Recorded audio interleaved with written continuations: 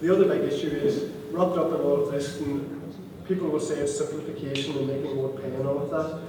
It's a fact that for those people that are on the benefit system at the moment and shift across onto universal credit, 36%, about a third of them, will have to avail of this thing called transitional protection. If they didn't have that transitional protection, they would see their money drop when they would move across from the current benefit system onto universal credit.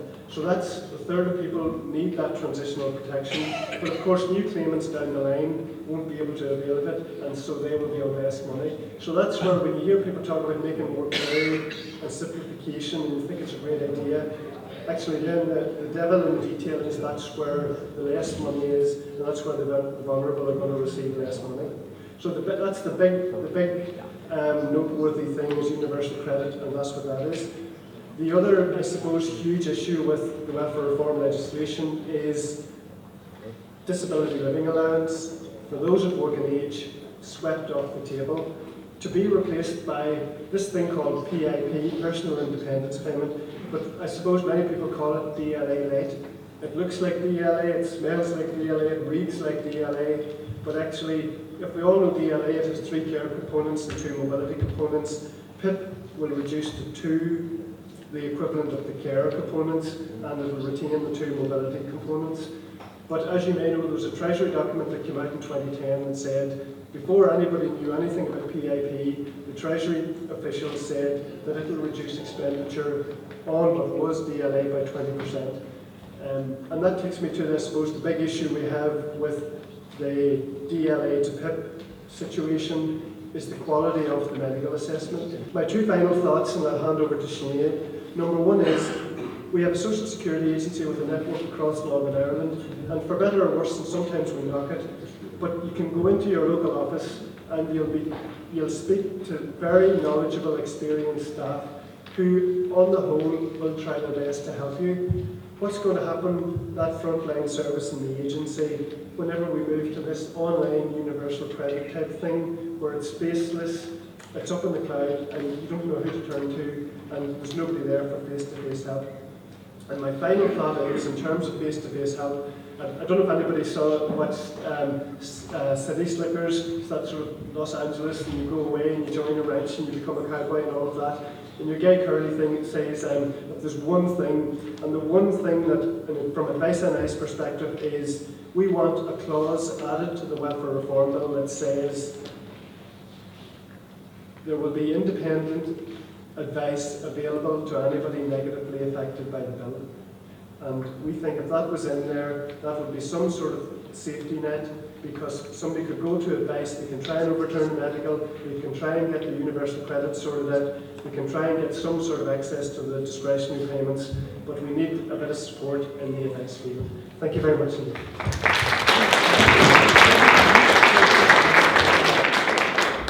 Thank you. The second speaker is Sinead McKinley, who works in North Belfast Advice Partnership, delivering advice on welfare rights, debt and tribunal representation, playing a key role in neighbourhood renewal, good relations and community development. Sinead.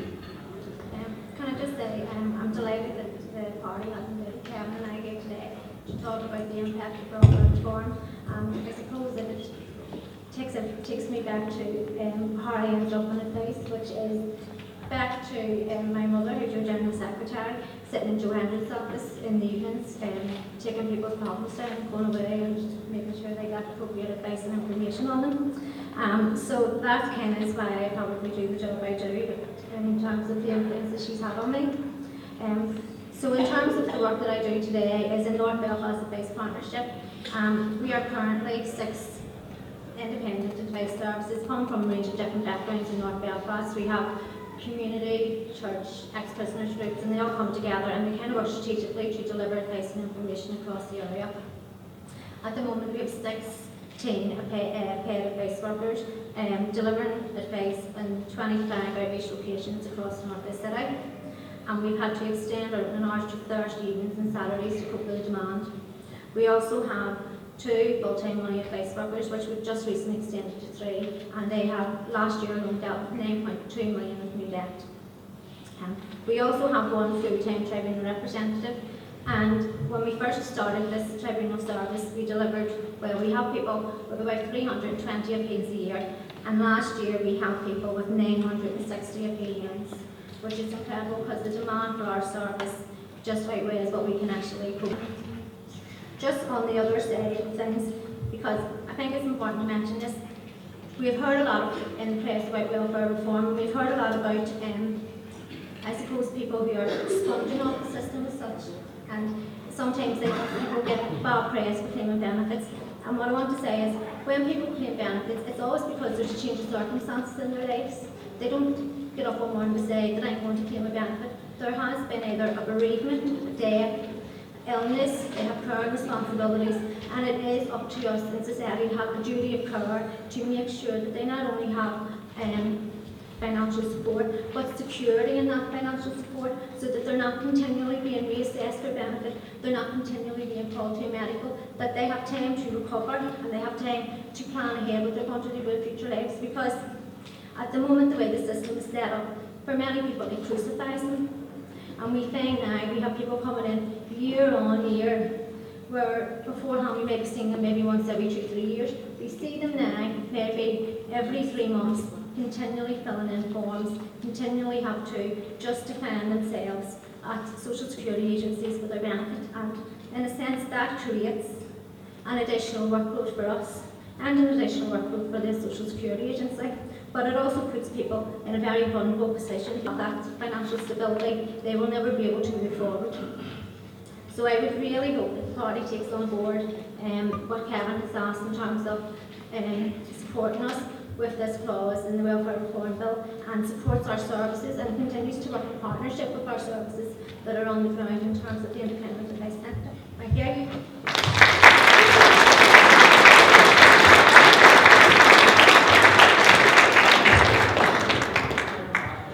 Okay, move to motion 25, call Armagh H. Durkin to propose.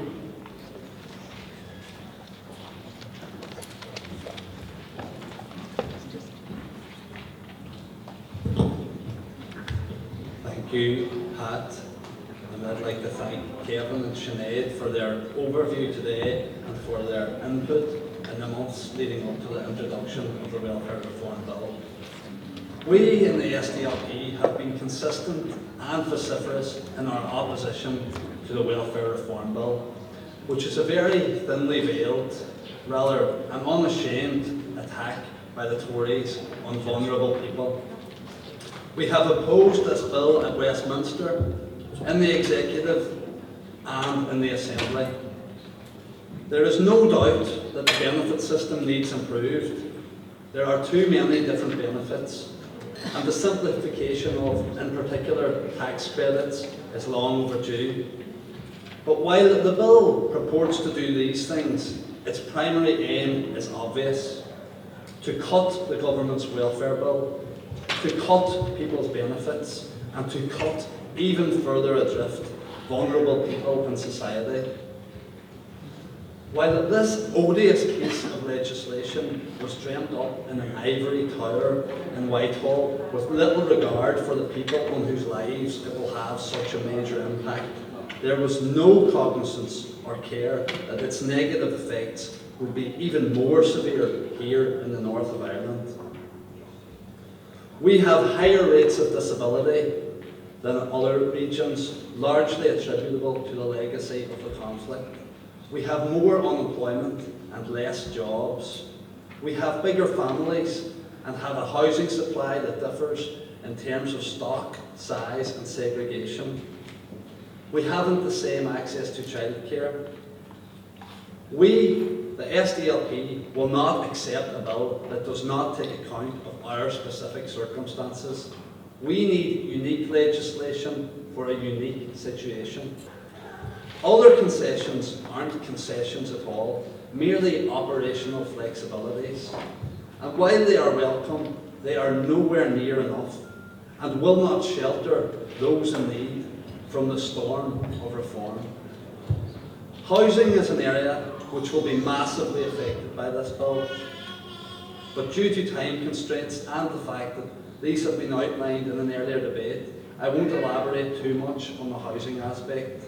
Suffice to say that the new under-occupancy legislation, along with the changed single room rate, will increase poverty, homelessness, debt and depression.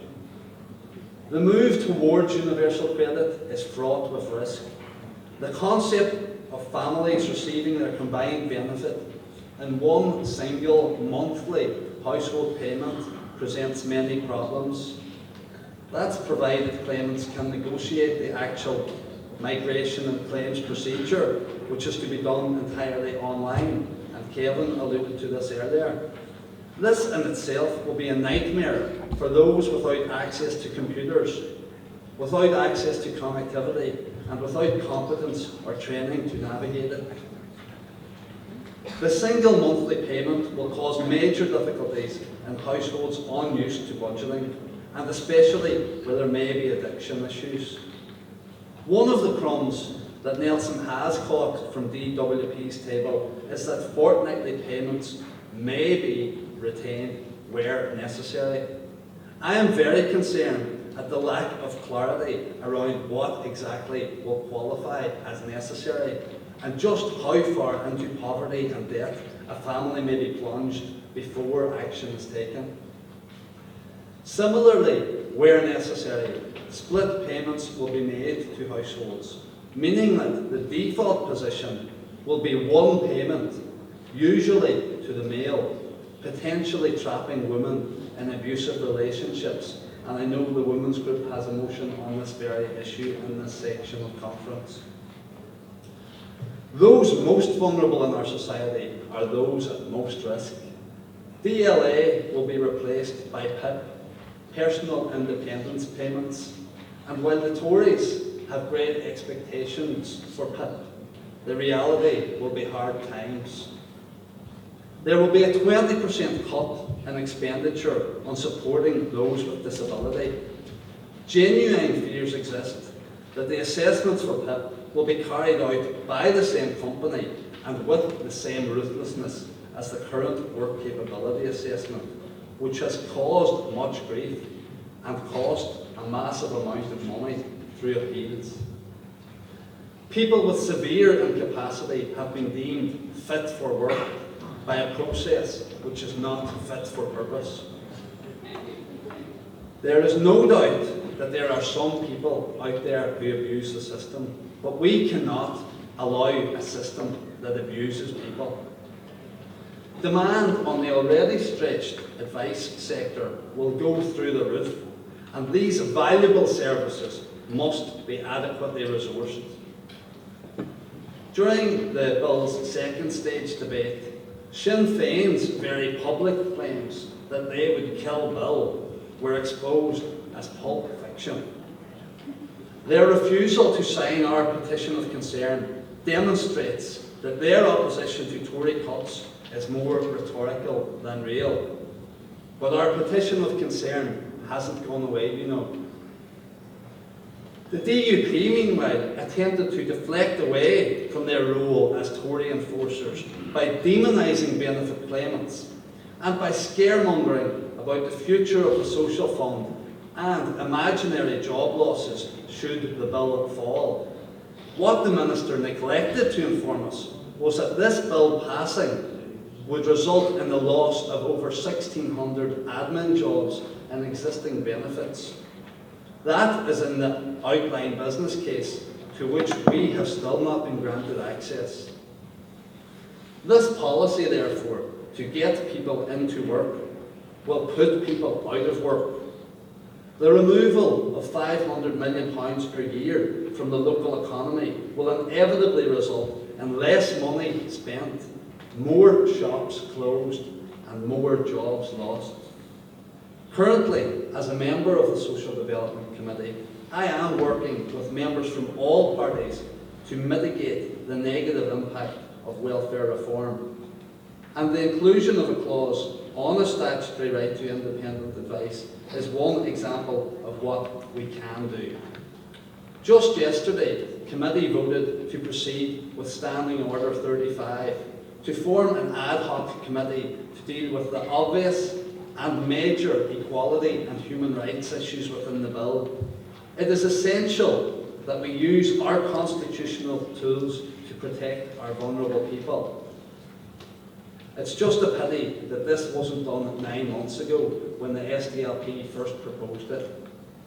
Then our findings and the use of Section 75 could have shaped for the better the Westminster Bill that is now being shoved down our throats.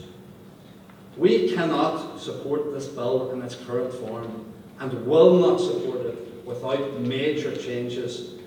We will fight it to the end and will not be deferred by DUP scaremongering or by Sinn Féin spin.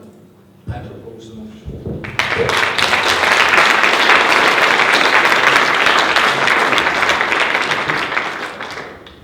Seconder for that is Margaret Ritchie, MLA.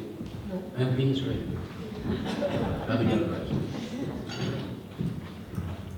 Chair of Conference, delegates, friends of the SDLP, I come to this rostrum tonight to congratulate our spokesperson on social development, Mark H. Durkin, who has undertaken on our behalf a sterling piece of work in relation to welfare reform. Very quickly, he has realised into this brief that what the Tory government and the DUP Sinn Féin axis is trying to do is to undermine vulnerable, disadvantaged people right throughout the north of Ireland. And we say to the Tory government, and we say to the DUP Sinn Féin-led coalition, we will not accept cuts, we will oppose cuts, and we will fight those cuts to the bitter end. Because I go back to the time when I was in DSD, followed by Alex. We resisted the cuts from the then Labour and followed by the Tory administration to do with welfare reform, and we were able to secure certain flexibilities operated within the principle of parity that allowed flexibility in terms of childcare arrangements and other matters. We have proportionately higher numbers of people with mental ill health and disability, a result of the legacy of conflict. And in all of these issues, we have asked Lord Freud, independently of what the DUP minister might do or might not do, that he takes it upon himself, working with us, to exercise those flexibilities and to come back to us at an early opportunity. And we undertook to provide him with a paper. We have already done part 1 of that. We will be forwarding a second paper to him. But Chair, and I see the red light going, suffice to say, we will oppose these cuts to the bitter end, whether it's in Westminster, whether it's in the Assembly, and I would be encouraging our councillors to do the same in the district council chambers, because one message must go to Westminster and to the Assembly and to the Executive and to the DUP Sinn Féin-led coalition, that we will not be accepting cuts that place people at greater disadvantage. And to George Osborne and David Cameron, we will say that the people of Northern Ireland and those who are vulnerable and disadvantaged and receipt of low incomes and should be entitled to benefits, they should not be the sacrificial lamb for deficit cuts that are coming down the line, because we have already seen too much. We will not be accepting it. I ask Conference to support the motion.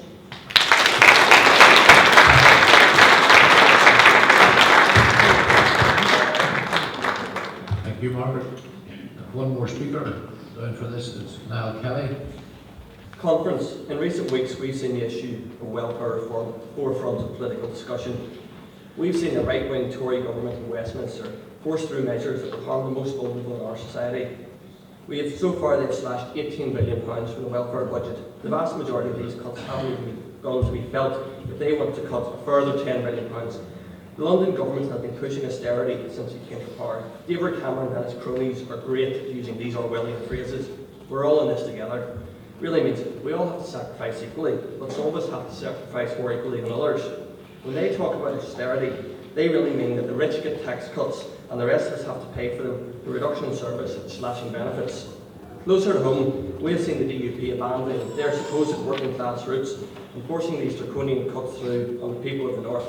If only the DUP put more effort into fighting Tory cuts that will hurt the most vulnerable in our society than they did get after St Patrick's and the people of Carrickhill, then maybe we'd be living in a better place. And what about the great socialists of Sinn Féin? This party, who love nothing more than talking about their working class roots and being the defender of the working man, did they do everything they could do to scuttle the welfare reform bill in the Assembly? Did they support the SDLP and our measures to postpone the bill until our reasonable demands were met? Or did they do what they always do? Did they make a bit of noise, then do what their masters in the DUP tell them? That's right. When push came to shove, when talk turned to action, Sinn Féin did the bare minimum, as they always do. The DUP called their bluff, and Sinn Féin fell back into line. Conference, we do not oppose welfare reform for the sake of opposing welfare reform. We oppose unfair reform. We oppose taking benefits off people with disabilities. We oppose putting people who have been injured and maimed as a result of the Troubles through degrading and dehumanising medical examinations. Conference, devolution, which this party fought for a generation, is supposed to be about locally accountable politicians taking the big decisions. It's about finding a local solution to local problems. It was never meant to be a rubber stamp for Westminster policies. Conference, we have leverage of power. We have seen the innovative approach taken by SDLP ministers. We have seen the difference a sole SDLP minister can make. I'm not often in the habit of quoting the First Minister. He doesn't get many things right, but he got this right when he said, I see over and over again the kind of line that Alex Atwood of the SDLP would be taking suddenly becomes a position that's adopted by Sinn Féin. I sincerely hope that Sinn Féin once again see the error of their ways and realise that they are wrong to unilaterally support this welfare reform bill in its current incarnation. Conference, this isn't about knockout politics. This isn't about the SDLP said black because Sinn Féin say white. We're talking about protecting people in poverty. We're talking about opposing benefit cuts to those with disabilities. We're talking about not punishing people because they're unfortunate enough to be out of work. The vast majority of people out there want to work. They want to do their bit. They don't want a hand out, but a hand up. Welfare should never be a lifestyle choice, but it should be a safety net. It's there to catch those people who need help. It's there to stop them falling and hitting rock bottom. Conference, we must fight with every fibre of our being to stop the Tories, to stop the Lib Dems, to stop the DUP, and to stop Sinn Féin from reforming welfare to the point it is almost non-existent. I urge you to support this motion.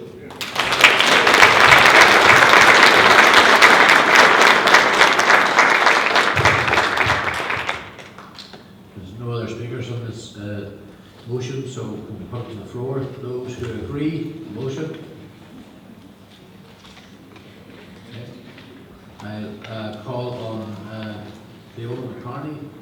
Going to propose this, Fiona? Yes.